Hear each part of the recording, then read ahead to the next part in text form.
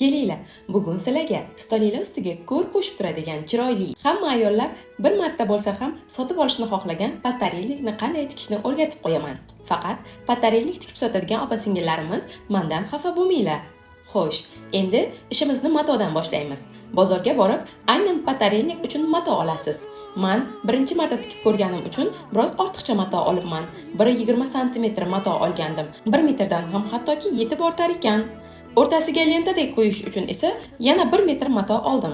Tikish uchun 28 sm o'lchab, uyda bor narsa bilan belgilab chizib oldim. Sizlar kattaroq tarelka bilan o'lchab olsangiz ham bo'ladi. Va atrofiga zich va skladka bo'lishi uchun 8 sm ga 150 sm qilib 6 ta lenta kesib oldim. Endi tikishni boshlaganimda tikish mashinacham buzilib qoldi. Ha mayli, umring shu yergacha ekanda, rahmat shuncha tikishlarimda yordaming tekkani uchun dedim-da, qo'shnimdan tikish mashinasini olib turib davom ettirdim.